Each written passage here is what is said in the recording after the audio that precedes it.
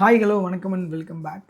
Iran, US and இஸ்ரேலுக்கு நடுவில் வார் போயிட்டுருக்கு அப்படின்றது இப்போது எல்லாருக்குமே தெரியும். ஸோ அதோட கரண்ட் அப்டேட் என்ன அப்படிங்கிறத நான் டீட்டெயிலாக சொல்கிறேன். ஆக்சுவலி நிறைய பேத்துக்கு வந்து ஒரு டவுட் இருக்கும். மிடில் ஈஸ்ட் கண்ட்ரீஸுமே இப்போ வந்து அட்டாக்கிங்கில் தான் இருக்குது. அதுவுமே நிறைய சேதங்கள் எல்லாமே ஏற்பட்டிருக்கு. அங்கேயுமே வந்து ஏர்போர்ட் வந்து கம்ப்ளீட்டாக க்ளோஸ் பண்ணிட்டாங்க. இப்போ நீங்கள் துபாய் வந்து யாராவது இங்கேருந்து ட்ரிப்பு போயிருக்காங்க, இல்லை வேலையிலேருந்து யாராவது லீவுக்கு இங்கே வரணும் அப்படின்னு நினச்சா இந்த மிடில் ஈஸ்ட்டில் இருக்கிறவங்க இப்போ வந்து வர முடியாது. ஏன்னா துபாய் ஏர்போர்ட் கம்ப்ளீட்டாக லாக் பண்ணிட்டாங்க.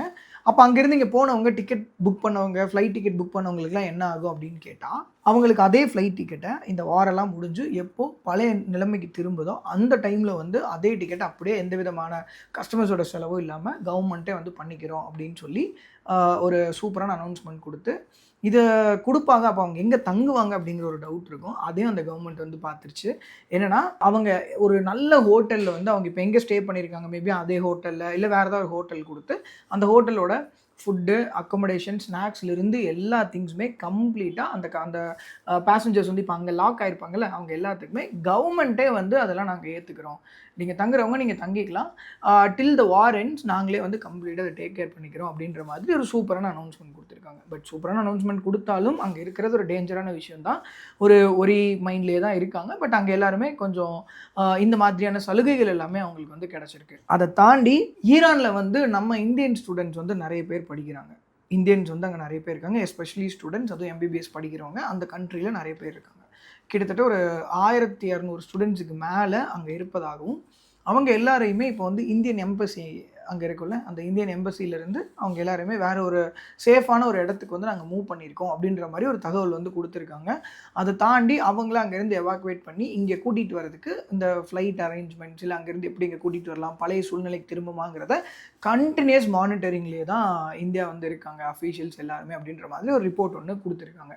ஸோ அங்கே இருக்கிற வரைக்கும் இந்தியன்ஸ் யாருக்கும் எதுவும் ஆகாது அப்படின்னு சொல்லி இந்தியன் எம்பசியிலேருந்து ஒரு விஷயம் வந்து கொடுத்துருக்காங்க. அட் த சேம் டைம் இன்னொன்று, நார்த் கொரியா வந்து இதில் உள்ளே வரதுக்கான பாசிபிலிட்டிஸ் இருக்குன்ற மாதிரி பரவலாக ஒரு பேச்சு போயிட்டுருக்கு. ஏன்னா நார்த் கொரியன்ஸ் வந்து இங்கே நிறைய பேர் இருக்காங்களாம் ஈரானில்.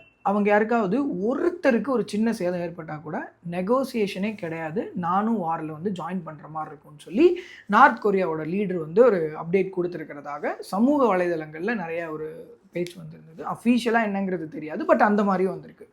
நினச்சி பாருங்கள், அந்த மனுஷனுக்கு இந்த விஷயம் ட்ரிகர் ஆயிடுச்சு, இவரும் வாரில் ஜாயின் பண்ணுறாருன்னா ஆப்போனன்ட் கண்ட்ரிஸ் வந்து இருக்குமா அப்படிங்கிறது நமக்கே தெரியாது. அந்த மேப்ல இருந்தே மேபி அந்த கண்ட்ரிஸ் வந்து எடுக்கப்படலாம். ஏன்னா அந்த அளவுக்கு ஒரு யானை பலம் கொண்ட ஒருத்தனா நம்ம வந்து அவரை சொல்லலாம். ஸோ இப்போ எதனால வந்து இந்தியன் ஸ்டூடெண்ட்ஸ் இங்கே கூட்டிகிட்டு வர முடியல அப்படின்னா, உங்களுக்கே தெரியும், Israel and America combined attack வந்து கண்டினியூஸாக பண்ணிகிட்டு இருக்காங்க ஈரான் மேலே. ஈரானும் சும்மா கிடையாது. அவங்களோட லீடரை இழந்ததுலேருந்து இன்னைக்கு வரைக்கும் பின்வாங்காமல் கண்டினியூஸாக இவங்களும் அட்டாக் பண்ணுறாங்க.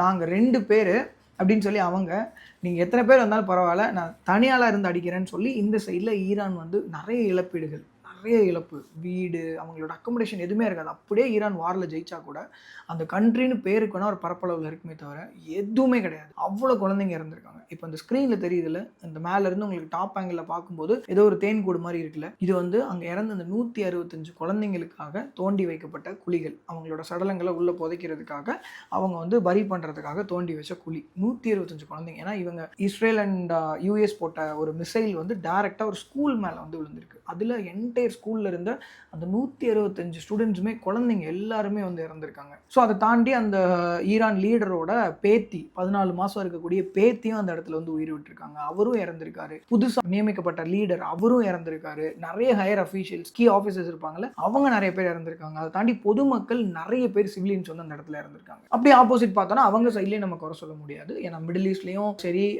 இஸ்ரேல் அண்ட் அமெரிக்கா 2 சைட்லேயுமே வந்து இழப்பீடுகள், நிறைய சோல்ஜர்ஸ் வந்து இறந்திருக்காங்க. இந்த மாதிரி ஒரு விஷயம் வந்து போய்கிட்டு இருக்கு. இதில் வான்வெளி திங்ஸ் வந்து ஏன் பண்ண முடியாதுன்னா, மிசைல்ஸ் வந்து கண்டினியூஸாக லான்ச் பண்ணுறாங்களா 2 சைடில். ஸோ இப்போ ஃப்ளைட்டை வந்து நம்ம இங்கேருந்து அங்கே விடுறோம் அப்படின்னா ஆப்வியஸ்லி கண்டிப்பாக ஃப்ளைட்டுக்கு வந்து சேதாரம் ஏற்படும். ஒரு ஃப்ளைட்டு சேதாரம் ஏற்பட்டால் எத்தனை ஆயிரம் கோடி வந்து லாஸ் ஆகும், எத்தனை உயிர்கள் சேதப்படுங்கிறது நம்ம சொல்லி தெரியணும்னு கிடையாது. ஆல்ரெடி நம்ம அவ்வளோ பெரிய விஷயத்த பார்த்த கண்ட்ரி தான். இதில் ஈரான் வந்து இப்போ ஒரு பெரிய செக்மேட் வந்து மற்ற எல்லா கண்ட்ரீஸுமே ஒன்று வச்சுருக்காங்க. என்னென்னா, ஈரானோட பார்டரில் வந்து ஸ்ட்ரெயிட் ஆஃப் ஹார்மஸ் அப்படிங்கிறது ஒரு விஷயம் இருக்குது.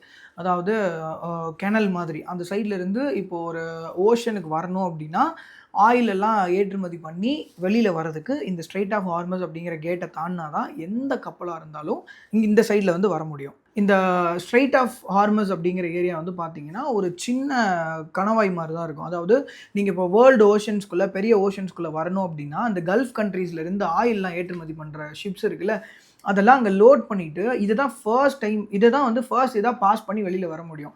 இங்க அவங்க அப்ரூவல் குடுத்தா தான் அவங்க வேர்ல்டு ஓஷன்ஸே வந்து அடைய முடியும். வேர்ல்ட் மார்க்கெட்டுக்கு இந்த ஆயில் அப்படிங்கிறதே போகும். இன்கேஸ் அந்த இடத்த அவங்க தடை பண்ணிட்டாங்க. அது வந்து ஈரானோட கட்டுப்பாட்டுல இருக்கு. ஈரான் வந்து அத தடை பண்ணிட்டாங்க அப்படின்னா, எல்லா இடத்துலயுமே அந்த எக்கானமிக் வைஸ் எந்த அளவுக்கு வந்து ஒரு பெரிய கிராஷ சந்திக்கும்னு பாருங்க. ஏன்னா வேர்ல்ட் மார்க்கெட்டுக்கு ஆயில் வரவே வராது. ஏன்னா கிட்டத்தட்ட ஒரு ஒரு 20% மேல வந்து ஆயில் இந்த பர்ட்டிகுலர் ஏரியால இருந்து தான் வெளியில வருது. கல்ஃப் கண்ட்ரீஸ்ல இருந்து. அத ஃபர்ஸ்ட் அவங்க கடக்கணும்னா இந்த ஸ்ட்ரெய்ட் ஆஃப் ஹார்மஸ் அப்படிங்கிறத கடக்கணும். அத கடக்கணும் அப்படின்னா ஈரான் அதுக்கு குடுக்கணும். பட் இந்த டைம்ல அவங்க குடுக்குறதுக்கு வாய்ப்பே கிடையாது. அத ஆல்ரெடி அவங்க க்ளோஸ் பண்ணிட்டு இத எந்த கண்ட்ரில இருந்து கிராஸ் பண்ணாலும் நாங்க வந்து சுடுவோம். Except Russia and China. இந்த 2 நாட்டோட கப்பல தவிர மத்த எந்த நாட்டோட கப்பல் இந்த பக்கம் கிராஸ் பண்ண நினைச்சாலும், யாரு கிராஸ் பண்ண நினைச்சாலும் நாங்க வந்து கண்டிப்பா ஷூட் பண்ணுவோம், அட்டாக் பண்ணுவோம் அப்படிங்கிறத ரொம்ப ஸ்ட்ரிக்ட்டா வார்ன் பண்ணியிருக்காங்க. 20% ஆயில் வந்து வேர்ல்டு மார்க்கெட்டுக்கு போணும் அப்படின்னா ஜஸ்ட் இமேஜின் பண்ணி பாருங்க. கிட்டத்தட்ட ஒரு 17 மில்லியன் பேரல்ஸ் ஆயில் வந்து இந்த ரூட்ட கிராஸ் பண்ணால் தான் வெளியிலே வரும். அது மட்டும் இல்லை, இந்த ரூட்டை டிபெண்ட் பண்ணி இருக்கிற கண்ட்ரீஸ் வந்து பார்த்தீங்கன்னா சவுதி, ஈராக்கு அண்ட் அந்த middle east most of the countries வந்து இந்த ரூட்டை மட்டும்தான் டிபெண்ட் பண்ணி இருக்கு. ஸோ அவங்களோட எக்கானமிக் வைஸ் அவங்களுக்கு எந்த அளவுக்கு கிராஷ் ஆகும், எந்த அளவுக்கு இதாகும், எல்லா ஷிப்ஸுமே வந்து இப்போ அங்கேயே வந்து ஸ்டாப் பண்ணியிருக்காங்க இந்த ஒரு வார்னால. அண்ட் இதில் வந்து ஆயில் எடுக்கிறது மோஸ்ட் ஆஃப் த ஆயில்ஸ் வந்து பார்த்தீங்கன்னா ஏஷியன் சைடு தான் வருது. அதாவது சைனாக்கு பாதி அந்த மாதிரி நம்ம ஏஷியன் சைடு தான் வந்து அந்த கம்ப்ளீட் பேரல்ஸ் எல்லாமே வந்துட்டு இருக்கு. ஸோ எல்லாருக்குமே இதனால பெரிய பாதிப்பு. ஸோ நிறைய கண்ட்ரீஸ் மேபி ஈரானுக்கு சப்போர்ட் பண்ணி இதை வந்து தடுத்து நிறுத்துறதுக்கு நிறைய சான்சஸும் இருக்குன்னு நான் நினைக்கிறேன். ஸோ ஈரானோட அஃபீஷியல்ஸ்லேருந்து இப்போ என்ன கம்யூனிகேட் பண்ணியிருக்காங்கன்னா, இந்த ரூட் வந்து நாங்கள் அஃபிஷியலாக க்ளோஸ் பண்ணுறோம், எந்த கண்ட்ரியாலையும் கிராஸ் பண்ண முடியாது accept China and Russia. So அதனால யாரும் இந்த பக்கம் வராதீங்க, வந்தீங்கன்னா ஆப்வியஸ்லி சுட்டு தள்ளுவோம், இல்லைனா மிசைல்ஸ் வந்து லான்ச் பண்ணுவோம், அந்த கப்பலே சொல்லி முடிக்கிறதுக்கு நிறைய சான்ஸ் இருக்குது. ஓஷனுக்கு பதிலாக அங்கே ஆயில் மிதக்கிற அளவுக்கு அந்த ஆயிலோட கெப்பாசிட்டி இருக்கும். ஏன்னா அவ்வளோ தூரத்துக்கு வந்து ஆயில் எக்ஸ்போர்ட்ஸ் வந்து நம்ம அங்கேருந்து தான் இது பண்ணுறோம்.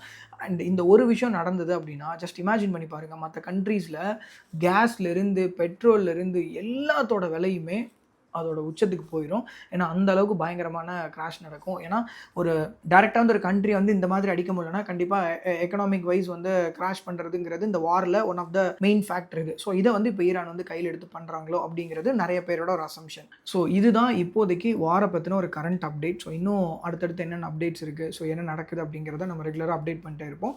ஸோ மறக்காமல் நம்ம சேனலில் வந்து பாருங்கள் என்னென்ன விஷயங்கள் போகுது அப்படிங்கிறத. அவங்க எல்லாருக்காகவே நம்ம வந்து ப்ரே பண்ணிக்கலாம். இதை பற்றின உங்களோட கருத்து என்ன அப்படிங்கிறத மறக்காமல் கமெண்ட்டில் சொல்லுங்கள். தேங்க்யூ.